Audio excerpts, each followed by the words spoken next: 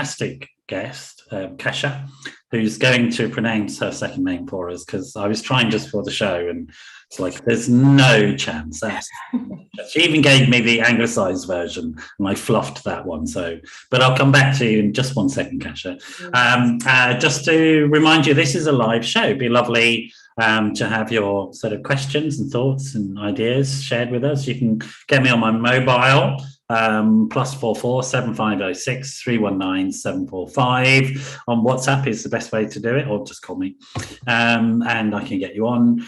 We're streaming live on 2 platforms, Facebook Live and also on my YouTube channel. And again, you can drop comments and questions there. I think James might do some work this evening, my producer, and have a look at them and tell me if you ask any questions. And if I'm lucky, he'll send them to me.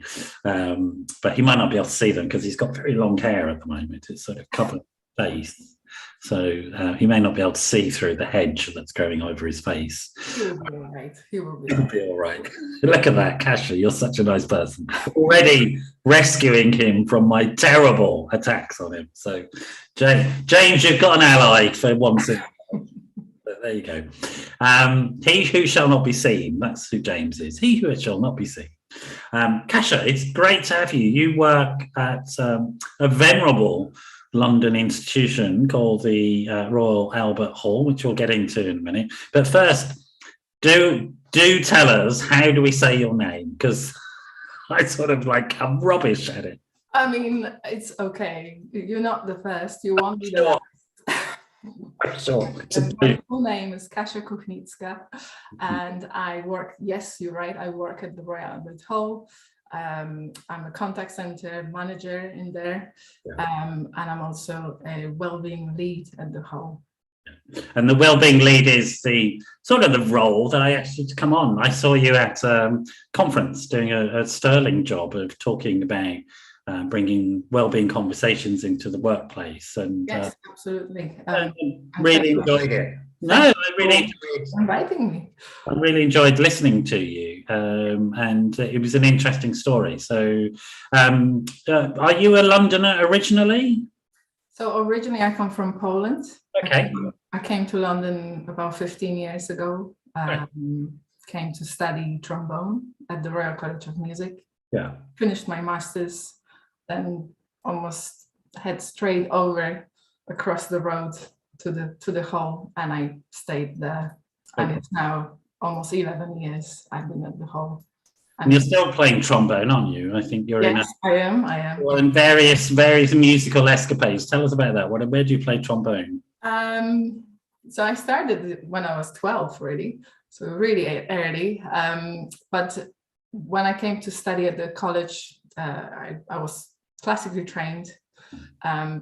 But then I fell in love with salsa and Latin jazz, and this is what I do now full-time, almost full-time. So you will be able to see me live at Glastonbury Festival soon, next month. I know. So that is a huge news. I'm really excited. Yeah, that's extraordinary. Yes. Who are you playing with? What's the name of the band? So the main singer is called Indira Roman, and the band is called Ahipati. Ahipati, which means chill for you, which is very appropriate for someone who is actually working in wellbeing, I think. Yeah, absolutely. And it's I don't think of Poles much as samba bands somehow. So I think London must have had an influence on you on that one. I can't imagine samba's huge in Poland. Samba, not so much, but salsa, yes. Is it? So yeah, absolutely. Wow. I think it's quite extraordinary how Polish people just love Latin music, and they have amazing dancers in Poland. Yeah. Really, really good. So incredible. Well, that's news to me. So there you go. Well, you learn something every day, right? I sort of had no idea about Poland. I always known that Poles were very into dancing. I don't know where I got that from. This is true, actually. It's true. Yeah. I think it stems a little bit. So our folkloric music was very dance-like. So I think that started there, but also during the wartime. Yeah. So we had quite a rich history of being in war. this was the way for people to kind of escape the Right. the hardship of war, and Yeah. just bringing people together with Yeah. a dance or with, writing music. Lots of artists had to, there was a propaganda. People couldn't write what they really felt Yeah. like saying, so they had to find the ways to incorporate it, their thoughts into art. So we have some fantastic, poetry and music. Yeah. And music itself, it's interesting because we were talking just before the show. We will come to the Royal Albert Hall, but I think this is an interesting line of conversation if we don't mind staying with it, because I think it's illuminating and may contribute to why you find the Wellbeing work, you were attracted to that. So not a lot of people know this, but music is prior to language in terms of development in an infant. Mm. So in utero, the fetus can recognize music well before anything else. And here's a little trick. If somebody's pregnant and you want a way of soothing your child postpartum, you can play certain music to them repeatedly and they'll recognize it postpartum. And you can play it to them when they're crying and upset. Mm-hmm. They'll recognize it and it'll take them back to the womb. And so musical appreciation development happens even prior to birth. I mean, it's an extraordinary thing. That is absolutely fascinating. I didn't know that. So my background is in the arts therapy, so I have all this really strange knowledge about the arts and therapy, for example. Is there somebody there with you? Do you need to introduce them? Yes, please. I was just thinking, I was listening to this program the other day about, children's ability to pick up languages quite easily. Yeah. But that also translates to music. So if you expose young children to very even experimental music, they will be able to understand it later in their 0 to 3 children acquire language. You don't need to teach it to them. Mm-hmm. And so there have been many studies that have done these experiments. They don't even need grammatically perfect language, as long as they have one language. It's the sounds that they recognize later on. So that is fascinating. Yeah. And also sign language is prior to spoken language, verbal languages. Mm-hmm. So children will learn sign language first, sort of gestural stuff. But music itself is really, really interesting in terms of, and then coming back to sort of your intuition about the war and trauma and things like that, not just as a form of resistance, but actually as a natural form of therapy, because music and the arts in general are, if you like, the opposite of trauma. Yes, absolutely. And they are neurologically, literally the opposite as well. Fascinating. And I had some colleagues who went to work with the kids in the Balkans during the wars there. Mm-hmm. And they would work with the kids doing music and art and things like that. And then they would never go into the material of the war itself, and they never needed to. But the kids could naturally process I say natural, they could automatically process the trauma and the difficulties without needing to verbalize it, without needing to talk about it, but by experience. A way of communication. Right? Absolutely. And it still is, if you think about it. Primarily it. And I remember I had this really interesting experience. I went to see a Matisse show at the Tate Modern some years back when they had, I think everybody's seen prints of his work and stuff like that. And you think, I would think, that's nice, blue figures, that's nice. But yeah. Okay, but it doesn't but seeing it actually, the prints, but also seeing his work, it's extraordinary. And there was one room, literally, this is what happened. I walked into it and there were a whole bunch of stuff all over the walls, and I started crying, not dramatically, but I did. I suddenly felt very sad and tearful. And Matisse is claimed to be classic as an artist who induces emotional responses. And I'd sort of seen the prints and thought, that's not emotional, but I went into this room. I have this experience. And then I read what the curators had done. And what they'd done is they'd taken a lot of his artwork from the last few years of your life when he knew he was dying, Right. and put it all together in this room. I can feel myself welling up now talking about it. I know I've had this instant reaction to Don't his. worry, I'm a mental health first aider. I'm here to listen. Tears are all right. There's nothing wrong with tears.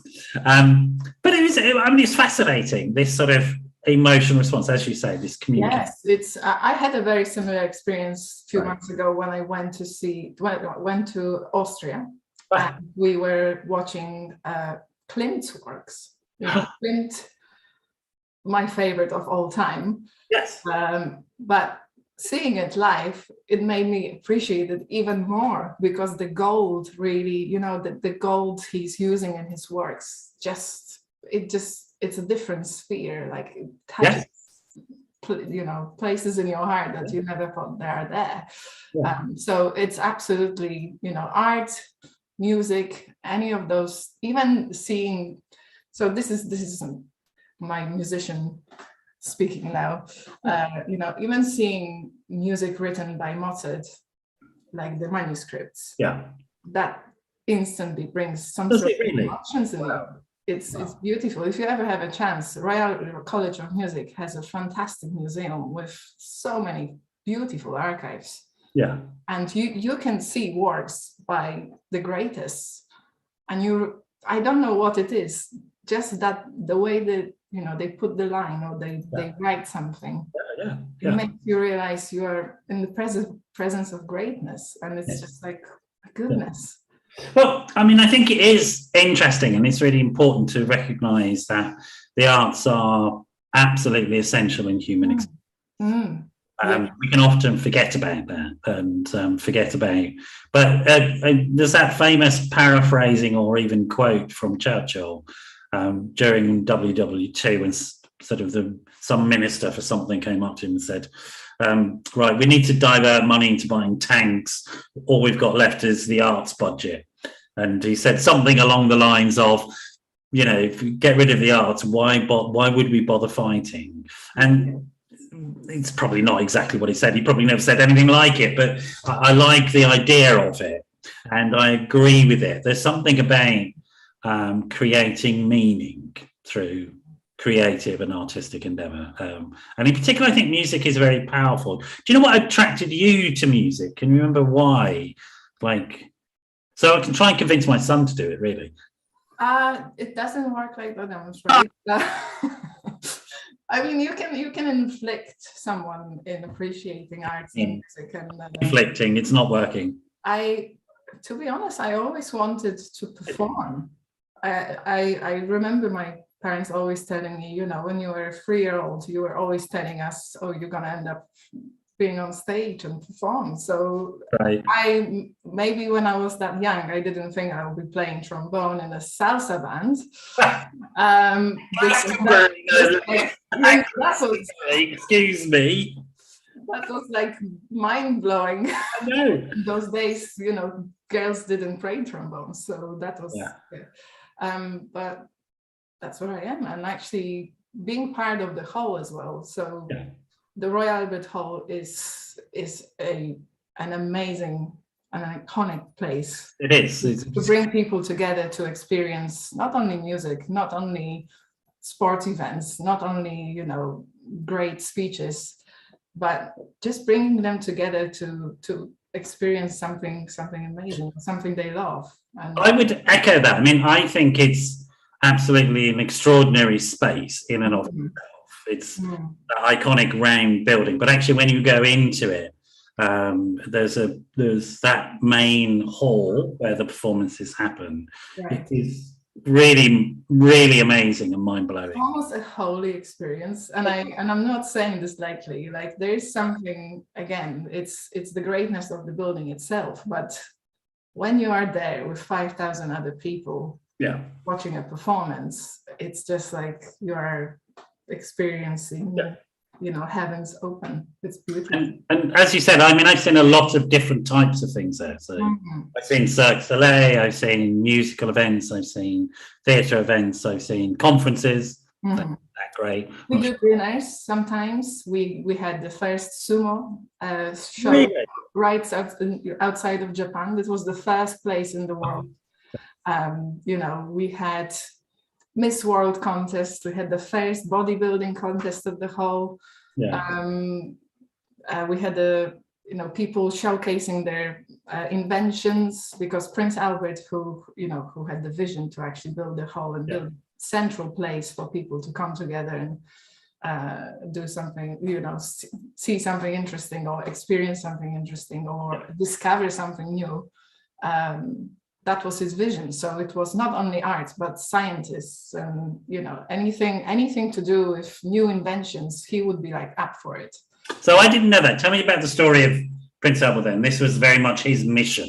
What was it about? He was very much, as I said, he was an innovator in himself, I think. Right. And I think it was quite interesting that he wasn't, now I'm going to probably sound controversial here, but he wasn't English himself. He was from Austria, as we know. Well, they were all the royal family were German or Austrian or something at that point. Well, yeah, but I think he was, at that time, he was seen as an outsider. Right. So he really, he had a slightly different, I think, outlook on what's going on around the world in general. So I think that's why he was so much more interested in what's new, what's going on, like how can we improve life, how can we experience arts or music or whatever it is. That outsider experience, do you think, sort of shaped him a little bit in terms of the projects he wanted to get involved? I think so, and I think what he was trying to achieve, that's why we have 3 museums. So he purchased land around South Kensington, and his mission was to make it available to all sorts of groups, not only the richest, but everyone from every level. Yeah. And that's why we have 3 museums. That's why we have the Royal Albert Hall. That's why we have university around. There are a lot of different universities around. So he created that whole culture around 3 museums, with access to the things that we'd stolen probably from everywhere else around the world. Let's not talk about that, though. I wouldn't know that. I wouldn't know what you are talking about. Give marbles, no, let's move on. And that was all down to Albert, really. It's all down to Albert. So what happened was, I think there was a great exhibition right around the corner in the Hyde Park. Yeah. And people would come from all around the world, like showcasing their inventions or whatever it was, and he would love to go there and see what's going on. Right. And he thought, oh, why don't we have our own place to do this? So that's how the idea of the Royal Albert Hall began. Sadly, he passed away before he managed to finish building. Oh dear, he never saw it. He never saw it completed, and he never actually, experienced being in the building. Yeah. And Queen Victoria was really upset because she loved him very dearly. So she spent all the money on the Albert's Memorial, which is right outside the hall. So we were struggling a little bit to find the funds to build his vision. But at the end, there were some clever people who knew how to do it. So we ended up having a wonderful hall. And it is. I mean, if people haven't been, it is actually just worth visiting as a building, because I think it is extraordinary and astonishing. Like you say, it's a sort of, it's cathedral-like. It has that feel when you're going to an extraordinary cathedral. And it's great to see. So we have shows in the main auditorium, but we have so many different shows outside of the main auditorium as well. So we really trying to bring audiences and people together, not only in the main building, but we take it outside. And we are actually a registered charity as well. Yeah. So we have some charitable objectives, and we have a very dedicated engagement team who brings school groups together, or elderlies who perhaps wouldn't have a chance to get reconnected with music. We sometimes take musicians out to like care homes, and then we present the story of the whole by playing music and also playing things that they would most likely connect with. These are such a touching, sessions we have. It's just beautiful to see, people coming alive for the first time in however many months, and it's just great. And indeed as well, sort of in terms of people who may have dementia, for example. Yes, we have dementia-friendly screenings. I forgot to mention. That's right. So having music is a way of helping people access memories that they can't access. Yeah, we do actually music therapy as well inside the hall. So we bring people to connect neurons, Yeah. But it's another way into the long-term memory. So there are various routes, and what dementia does is it blocks certain routes because you have white matter damage in the brain, but other routes are still open. So smell and music in particular. Movement is also another one. So doing dance sort of movement therapy is very helpful. I need to tell you, we had the most wonderful event happening. When was it? Maybe a month ago. Yeah. We had the tea dance at the hall. Really? I wish I'd. This is one of my absolute favorites, just because you have all those wonderful elderly couples coming dressed for proper tea dance, and we serve them tea and cake, and then they have a live like jazz orchestra play, and everyone is dancing, and it's like the time just stopped, and we are completely different. Elderly man, I'm seeing it more as my sense of dating, for example. So I'll be down to the next one and hooking up with a few of those elderly ladies. I should be letting them dance in a minute. Wonderful. And it's really interesting to listen to you, because I think, I guess most people wouldn't understand the passion that exists within the institution, which you're exemplifying, for outreach and reaching out to people and maintaining the if you like, the heart of Albert's heart was expansive, and he wanted to be inclusive, and in particular wanted people to have access to knowledge and experiences in the arts who would classically not have had access. Yes. Well, yes, and that's why we have the proms, for example, and that's why the tickets for the proms are still, fairly accessible for £6 or £7. You can come and see the greatest classical performance on the earth. So this is all due to Albert's vision. It's a wonderful legacy, isn't it?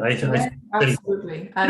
I think it links as well to the modern royal family, thinking about this weekend and stuff like that. So the two boys, for example, I think them as boys, are grown men now, but they're linking to the common touch through their mum, but also supporting well-being and mental health, and connecting people. And it seems that somehow they picked up his mantle, and carry it on, and are very accessible as people. And we tend to think of these types of institutions as inaccessible. But did you know much about the Royal Albert Hall before you joined, or were you drawn to, or have you fallen in love with it because you work there? Is it what was happening?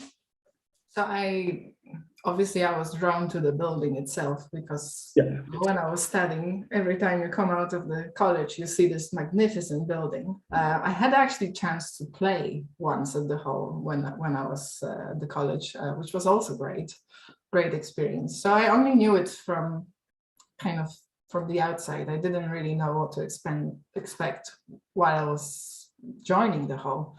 Yeah. But I have to say, this is now my family, and I'm not just saying this lightly. No, I can see your face lights up, Kasia. I mean, it's the automatic smile there. Yeah, no, it's just I've never worked anywhere where people are really valued so much, and people are put first. Yeah. And it's really beautiful to watch as well. Obviously, I've been there quite a long time, so I can see the changes and see, the journey that is building up, and I absolutely love it.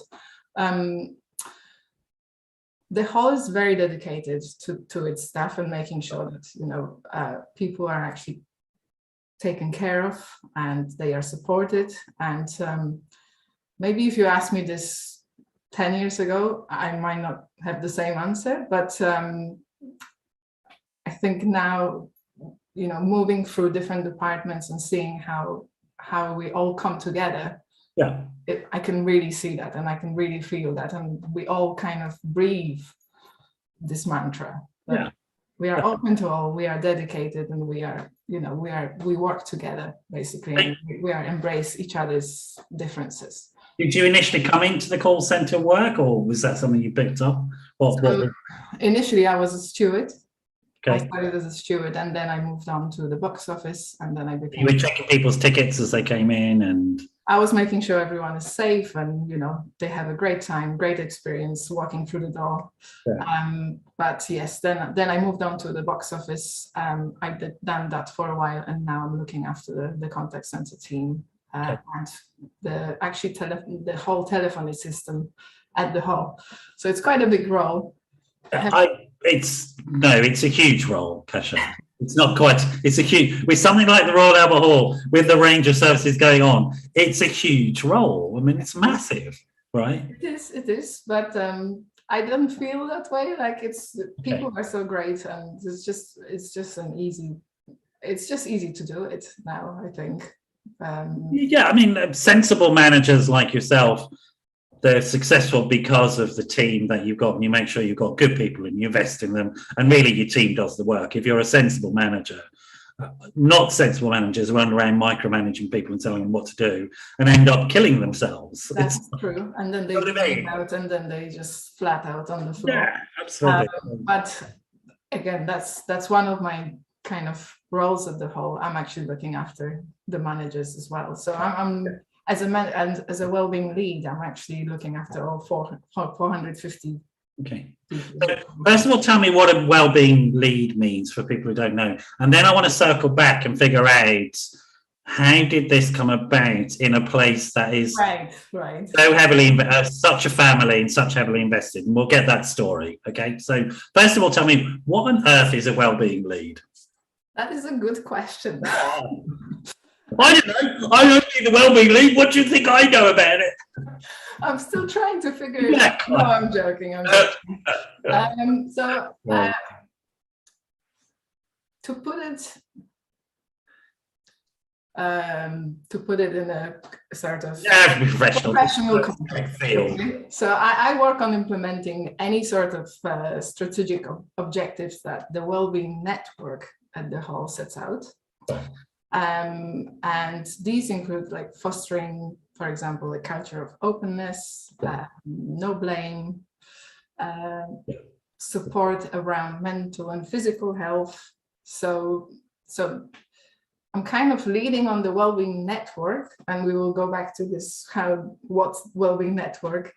And I think if you really look at what I am doing at the hall, I'm a connector between all sorts of different teams around the hall, making sure that people are staying happy and healthy and motivated, and just embracing what they're doing, and trying to challenge them as well. Sometimes I throw a controversial comment and then make them think of why are they doing certain things, or what are they doing. And so tell me about that network then. Who's represented in, not literally names or anything, but what might be represented in the network, as it were? So the network was formed back in 2018 in March, and we kind of need to go back a couple of years before that, actually. Go back a couple of years before that. So previous to the Wellbeing Network, I was, and I actually still am representing my team, so the box office managers team, in the staff forum, and that's how it all started. So staff forum was created at the hall, and it's a platform that basically allows employees from all levels of organization to either voice their concerns or put forward any ideas that might help everyone work better directly to the executive team. And one of the ideas, it might be what some people call a town hall type thing. I think it's yes and no. So it's more about not having a middleman. So not having a union rep, for example, at the whole, but actually having people who are working with you, representing you, and then voicing your opinions. And those forums happen virtually or physically, or no, it's all physical. Okay. Physical meetings. So there is no barriers. Like, we are all in the same room and we have really interesting conversations, and it's great that we actually have that forum. It makes me think the management team from P&O Ferries should really have come to the Royal Albert Hall long before they made their decision. Oh yes, they are welcome to. Too late for them. Too late. They're still arguing they did the right thing, and the rest of us are going, "Are you? Did you? Yeah. I don't think you did." So the idea is to create a flat structure that is non-hierarchical, a space that's non-hierarchical, that values the voice of the small. There is a forum where you can voice your whatever it is, your needs to become better in your job.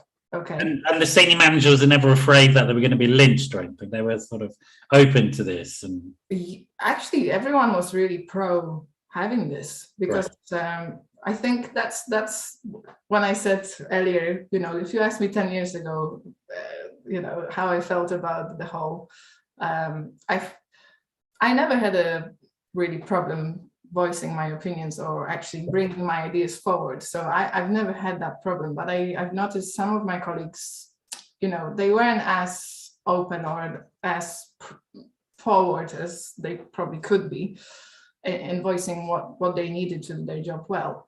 Yeah. So actually, have different life experiences. Like, exactly. Typically, if somebody came from an abusive family background, they're going to find it difficult to find their voice, etc., etc. Everyone's story is different. That's right. And everyone's experience is different. So, I think having that sort of forum, having that sort of openness, it really changed the culture as a whole, and it also made it more transparent of why certain decisions are made. We could scrutinize anything that we think, oh, how did that idea come about? Why are you making this decision? And the hall had not been like that before. It just, somebody made that decision. We need to. I think there was a vision and there was a clear direction of where the executive team wanted to go, but it wasn't viewed as people having a chance to have their say. Let's put it that way. So that's where the staff forum started, and it was fantastic. It was the best idea the hall could ever make, because it really brought us together. And one of the ideas stemming out of the staff forum was that perhaps the hall should look more holistically at people's health and well-being. Right. And in 2018, we basically decided, okay, let's do this. Let's give it a try. What's the worst that can happen? But people can get well. Anytime I say it.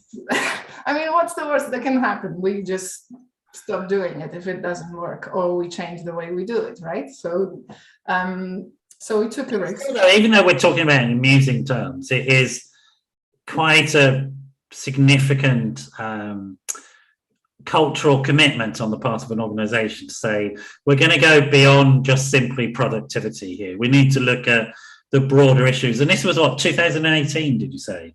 Beginning of 2018. And it was a completely staff-led initiative. Wow. And it still is. And I'm really proud, because I've been involved from the very beginning. And we are now almost 4.5 years down the line. And the Wellbeing has now become a central pillar of the next business plan at the whole.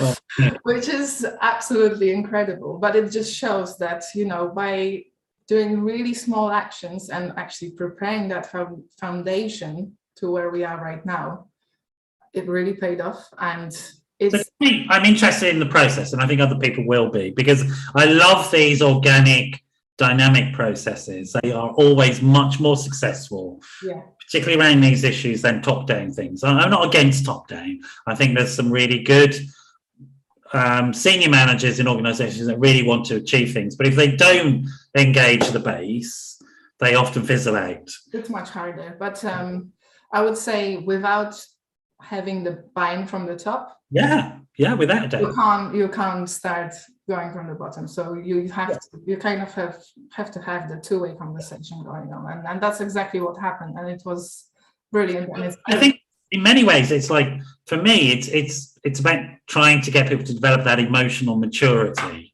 We're here to have, okay, we've got roles, and sometimes we may be in conflict, like you mentioned the union. That's okay, that's reasonable, it's part of the real world. But as human beings, we've got far more that connect us.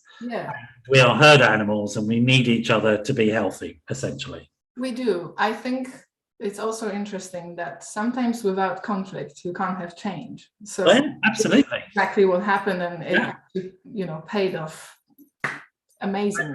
There's a healthy conflict that produces change, but because it, like, boundaries can become sort of set in stone. Yes. And that kills an organization. I've seen it happen, I've seen it happen. So you do have to have an open mind, and you have to allow something to just. And it's really interesting, I think, particularly for me as a mental health practitioner, to hear you as a senior manager in an organization talk about the benefits that flow from well-being. That well-being isn't something nice you give to the staff because you're a nice person.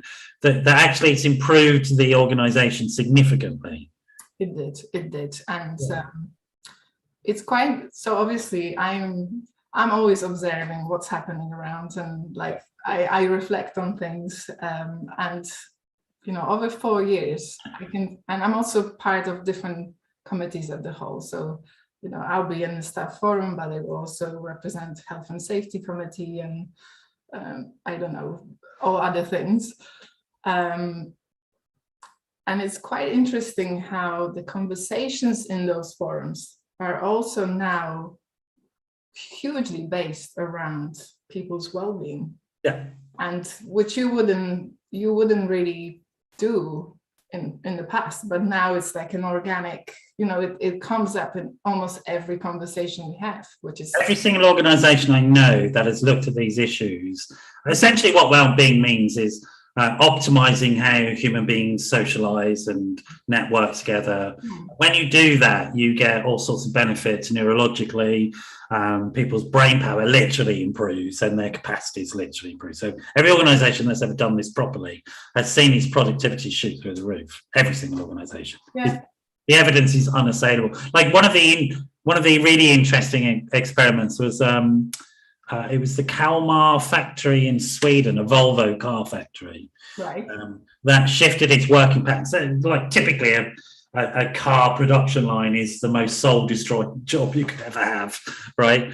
But they completely re-envisaged it, and they created these circular workspaces with teams of people who got to know each other, and then they could move from one set of specialisms to the next set. And guess what happened? Absenteeism disappeared. The productivity went through the roof. The quality of the cars went through the roof. I don't know if they're still the same, but it used to be that if you were into Volvos, and I'm sort of old now, so I'm sort of into them, but that you would always want a Volvo made in the Kalmar factory in Sweden because it was always the best. And that's a prototypical story for every organisation that invests in the fact that we are herd animals. We need each other, and you need to manage that interaction successfully. So I'm not surprised. It's really interesting though, because 2018, then we lead on to the 100 years event, which we all went through, which was not long after that. And not, but it was enough time for us to have to build up the basics. We were actually already ahead of other companies because we already had, I don't know, a team of over 20 mental health first aiders. And I know you're not a fan of mental health first aiders. I'm not against them. I'm just too many organizations see it as a solution. It's not. No, it's not a solution, but it's a very important add-on to the business. That's all I'm gonna say. Against it. Before anybody gets on, tells me I'm not against it. I'm sorry, I'm spreading rumors already. No, but we had the team of mental health first aiders. That was the start. We had the EAP in place, Employee Assistance Program, for those who don't know what EAP is. And we already started, conversations around mental health and, self-care and how to look after yourself, how to make the most of your potential. So we were already ahead of the game at that point, right? What happened was, for the whole, which is absolutely devastating for us, because it was the first time from the Second World War that we actually had to completely shut down. That's right. And, as a venue, entertainment venue that relies on people coming into the building, that was a huge, huge blow. And we are still coming out of it, and we will for quite some time, financially, but also I think the team in general suffered because of that. And well, it was what I would call an existential crisis. Yes. Our very existence is threatened, and those are big issues. Yeah. But as you say, you already had this network, and let me tell you about the network, because we never actually got into it. So the network the network's aim is to foster, promote, and kind of support health and well-being of all staff at the whole, and obviously support the whole in providing activities or training or whatever it is that we need to do to, and obviously facilitate those conversations. And right now it's made out of volunteers from all around the building, from different departments, which is great. But we got to the point where now we are a recognized committee at the whole, and we actually have a structure similar to all the other committees that are important to the whole. So be it health and safety, as I said, sustainability committee, equality, diversity, inclusion. So we all kind of talk to each other, but we also have the same structure. So we have a steering group, and then we have a team of volunteers, which is fantastic. Like being just a employee-led initiative to having an executive representation in the forum. It's extraordinary. It's fantastic, and we are so because it's employee-led and it comes from the workforce, and now it's part of the executive, the management, the decision making. It informs policy, informs decisions. I mean, it's like, wow, that's really mind-blowing. Well, thanks. It really is, Kasia. It's sort of, I've been in this game a long time, and most organisations would chop off their right arm to have that level of staff involvement. They really would. You just need to listen to your staff and just get them involved in something, and then you'll see how amazing it is. So I agree with you, and it needs that sort of openness. Where did you learn to be that open yourself? Where did you get that from? My home, I guess. I don't know. I've always been quite. My parents were very. I don't know how to say. They were amazing in the sense that they've never let us just not explore something, if that makes sense. So they would always encourage us to go see the world, or we always had people around in the house, and I've always found it fascinating to talk to older like friends and family members, and I don't know, it's not for some reason they're making me think of Prince Albert. Oh really? His open-minded attitude. Your parents sound a bit like that. They want new experiences brought in. They wanted to try things out, explore. Yeah, it's extraordinary. Like my dad is such a fantastic, like he has amazing knowledge about so many things, and maybe that's what it is. Like they've always had interesting conversations, so we naturally were drawn into. I'm going to hazard a guess and suggest it might be part of it. There's a possibility. There is a chance. There is a chance. There is a chance. Small. Yeah.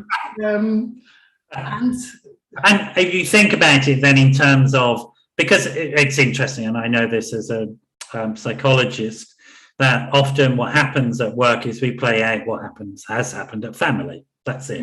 So if we look at attachment, we have primary, secondary, tertiary attachments. Yeah. Our tertiary attachments are often to our siblings, and then it becomes school, then it becomes work. And if we've had, like you, good authority figures that are broad-minded and open, then we can embody that in ourselves, and we can that on. And it's really, I think it's really important organizations understand this, that good authority figures like yourself create cultures. You are, go on, don't be shy on me. You're extraordinarily talented. You're running this huge sort of call center. As if that isn't enough, you innovate these staff forums. As if that isn't enough, you create brand new. As if that isn't enough, you decide to go to Glastonbury and play trombone. I mean, like, seriously. It's stimulating. What can I say? I'll spaceship soon, no doubt, off to the moon or Mars or something. I'm just popping up to Mars to terraform it. I'll be back in a week. I wouldn't mind if anyone is listening. Yeah, but I guess what I'm saying from a psychological perspective is this good authority. So it's not just listening, right? Yeah, I think it's also the other thing that I took from home, which is whoever I talk to, I don't really judge them based on whatever their characteristics are. Yeah. I'm actually like letting them be themselves and accept it regardless of what it is, right?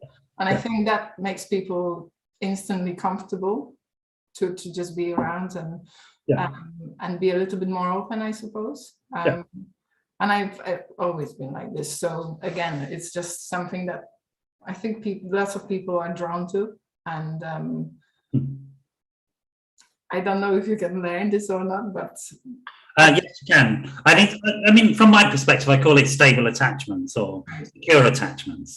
You have an internalized sense of security, and even for people who've got insecure attachments, they can learn secure attachments. The best way they learn it is from meeting people like yourself, Kasia. Right. And then get to understand, things can be different. They don't have to be frightening. It doesn't have to be manipulative. We can be in a win-win situation. It doesn't have to be zero-sum, win-lose. It's win-win, adult. Those terms. You're nodding away because you know these terms. You recognise what I'm talking about, yeah? Yes. And I absolutely know this is a fact, that if you treat people with respect as equals and adults, that's what they'll become. And that's what they give back as well, which is literally great. Literally, absolutely. Yeah.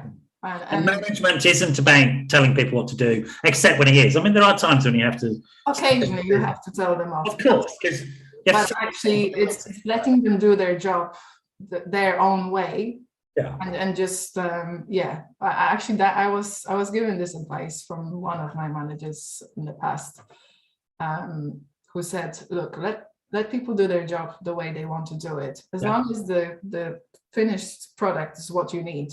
It doesn't matter how they get there." And I think that really changed the style, my managing style. It took me years to learn that. Yeah. No, I went through years of agony trying to get people to do it my way. As soon as I stopped that, people did it in their own way and were brilliant.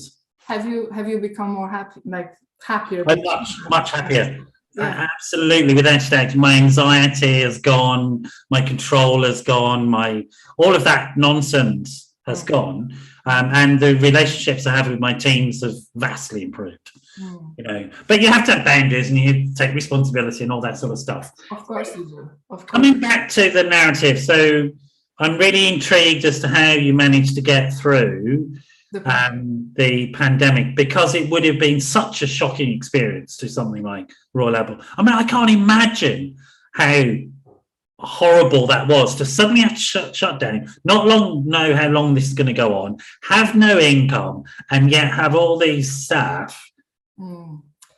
I tell you, what's that like? Unbelievable. It was terrifying. And I think everyone, as they left on the 18th of March, they thought, oh, we will be back within a few weeks. It's okay, you know? And then... So it might have been someone else is in charge, but you... Obviously, it didn't happen. So that was a bit of a shock. No, but the whole stance was staff is the most important. Okay. Regardless of what's going to happen, staff is the first, and we are, you know, this is our priority. So financially we were okay at the beginning because we had some reserves, and then, you know, we could go on for a bit, but once the finances started to run out, that became slightly more difficult for our executive team. Obviously they had to come up with a plan of what they're going to do. Luckily the furlough scheme kicked in. So what they decided to do, and that really helped us a lot in terms of keeping our staff. It was a brilliant idea. It was just lifesaver, I think. Absolutely. So I think immediately there was about... I can tell you without doubt, if they hadn't furloughed people, if the government hadn't done that, suicide rates would have bumped the number of people who died from COVID, without a doubt, by a factor of 10 at least. I also think, we wouldn't have survived. No.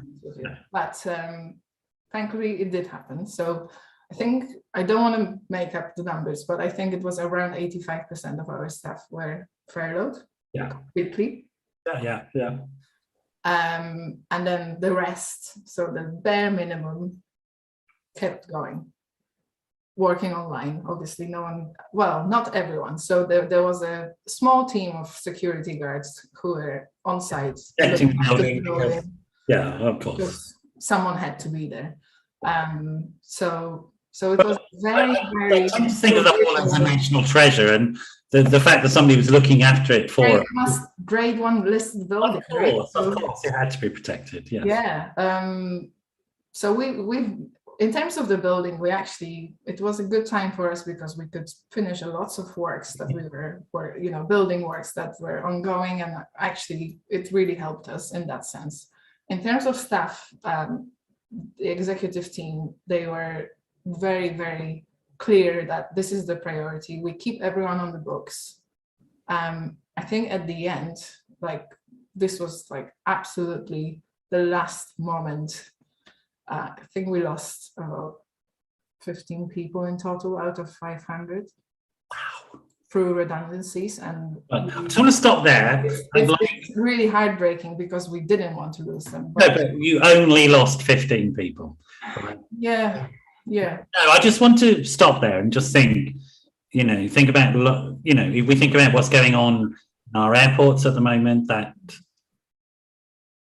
how ridiculous those organisations have been, our ferry companies, again and again and again. There's so many organisations that, because they didn't put their people first, are just falling apart at the moment.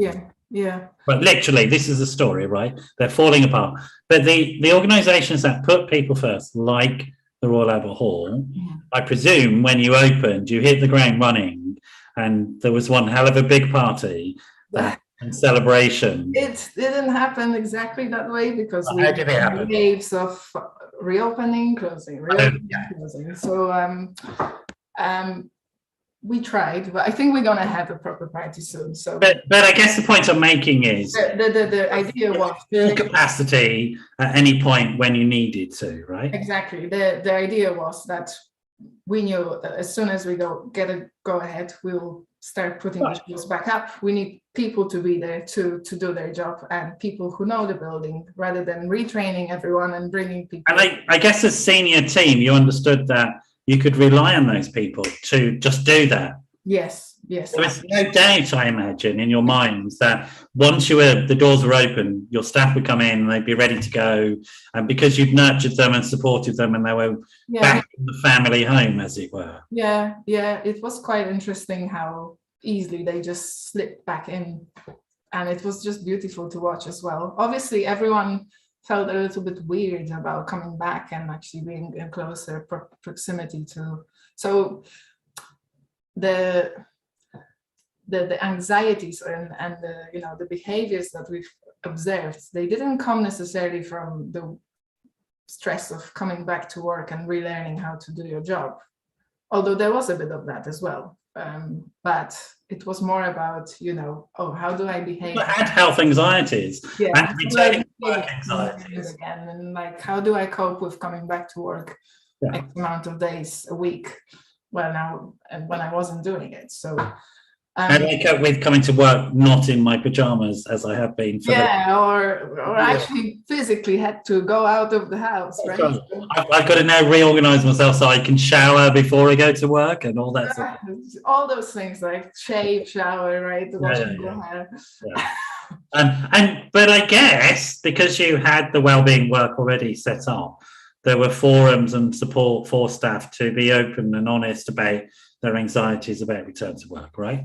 Yes. So let me tell you more about what actually the Wellbeing Network did during that time. So I think it was extraordinary how easy it was. We were slashed to half of what we normally have as a wellbeing team, but we were like immediately on it. We were like, okay, let's put the plan in place. We're going to do weekly wellbeing newsletters to keep the team connected, to give them some ideas of how they can cope with whatever is happening. We would engage people in, sending us their stories of what they're currently doing, or, what hobbies they picked up. So that was one way to connect everyone and making sure that, people are staying inspired somehow. We introduced daily stretches, so we were stretching at your desk. Right. Well, it was called stretch at your desk. I was running them every morning. But actually, I've noticed that, again, people from every level of organization would join us on Zoom and do stretches for 10 minutes. And people who were working, but also people who were furloughed were joining us because they found this was a great way of having some sort of daily routine. Fantastic. And so we started with stretches. Then actually the stretches became sort of a little learning platform as well. So there was a time I would teach everyone how to say hello in different languages. So as an opener, or great. We then decided to just send one innocent question every time, so people could learn about each other and what they're. Wonderful. I love it. Yeah. So just to get them out of this pandemic state of mind and actually bond with each other, even though they couldn't physically be together. But it was so lovely to see, the engagement, and people, like, there would be some executives who would just pop in once a week, but everyone was in it, and like you could see into people's houses, and it was quite interesting. Actually, I do miss those stretches now, I have to say. After we were back in the building, we did a week of stretches for the Mental Health Awareness Week. Was it last week? 2 weeks ago, and they were great.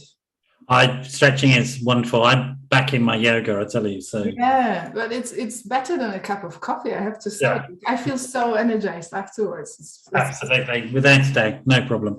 We are sort of running out of time. I know you're worried about everybody. So much more I can tell you what. Precisely, every single guest I have on says, I'll never fill an hour, but we always do fill an hour. So cool. We've introduced a book club.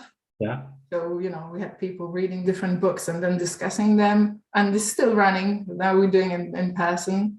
We reinstated the Royal Albert Hall Choir. So we had some rehearsals like over Zoom, and now obviously in person, which is beautiful. And, we had a brief moment in December, I remember, when we kind of were opened up again. So we managed to sing in person for the, Christmas lighting, lights opening. We done for the Men's Health Week in June. We asked 6 men from around the hall to just tell us their well-being experiences. So that was really inspiring and quite lovely again, just to have, people from around the hall telling them their stories and talking about their fathers and, what inspired them. And you have to watch it. That's all I'm going to say. Just check out our website. It's what's intriguing me, and it's really interesting because there's been lots of debates about back to work stuff, and there's still organisations struggling to get their staff back, whether they need to or not, I don't know. Yours is a live venue, so obviously people did have to come back because that's the raison d'etre. I mean, yes. But there wasn't. It seems to me, although people had anxieties about it, there was no question that they wouldn't come back. Not really, no. And I guess that is... Sorry, we naturally lost some people because of course. There's always about 30% turnover. People thought, actually, I don't want to do this anymore. I want to move somewhere. Yeah, of course. They moved out of London or whatever it was that they needed. Absolutely. So naturally, we did lose some people, but... Yeah. But as an organisation, you weren't having to go around like a minister of the civil service recently was doing, leaving snarky notes on people's desks saying, "Where are you?" No, not really your experience, is it? And it's really interesting because the Royal Albert Hall could not survive unless people turned up live. I mean, that's the whole point. Yes. It's not a television, it's the Royal Albert Hall. You have to experience it. You have to be there to know what it's like. And that's what we've been talking about. But you've had no problem. I mean, you've had problems, I'm sure, but there hasn't been a significant issue in terms of your capacity amongst staff to do that because the staff have wanted the Royal Albert Hall to survive, right? Absolutely. And that's gold dust in any organisation. If you have your staff wanting it to succeed, then you're going to succeed. That's the way it is. And that gold dust is what every organisation tries to do, and so many fail to do, unless they, in real terms, as you have done, put people first. When you put people first, when you care for them, when you love them, let's use that word, right? Because that's what you do in practical terms. I do. That's right. That's what you as an organisation does, because they let you do it. They love you back, and we know that as a fact, and they give you loyalty and they give you 110%, and that's what your staff do, right? They do. They really do. And actually, it was very interesting. So when we came back fully came back to the building, and we had kind of a very largely postponed Christmas drinks, which happened probably in March, as many organizations. We're not talking about that. No, so Easter drinks was called. Easter drinks. Okay. The hall finally could recognize everyone who worked at the hall for over than 10 years, and the amount of people that ended up on that list was astounding. Like, it was over 50 people, working 10, 15, 20 years at the hall, and still there and still celebrating. And wow. And it's great to see it. Like, our average service is over 5.5 years. Yeah. But when you take those extremes, like 450 staff and 50. It's unheard of in terms of hospitality and entertainment. It's a field that people come in because they need to earn a bit of cash while they're doing a college course or something or other. In most cases, yes. Yeah. But it's we do have to finish. We are at the end of time. I think it's an appropriate note on which to end is that. I mean, it's been great to have you here, Kasia. And sort of, I don't know, I never go to Glastonbury, but I'm tempted now. You play that. You can get tickets anymore, can you? Is there anywhere else people can see you play that trombone? Actually, I will be performing in a few different places, so I can send you some details. Send us, and then we'll let people know, and you can have I'm sure you've got a fan club. Bandstands around London. All right. It's been lovely. You stay there. I'm going to say goodbye. It's been wonderful to have you on. What a great guest, folks. Really inspiring person. It's been lovely to be here.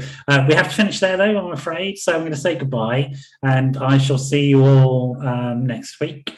Bye for now.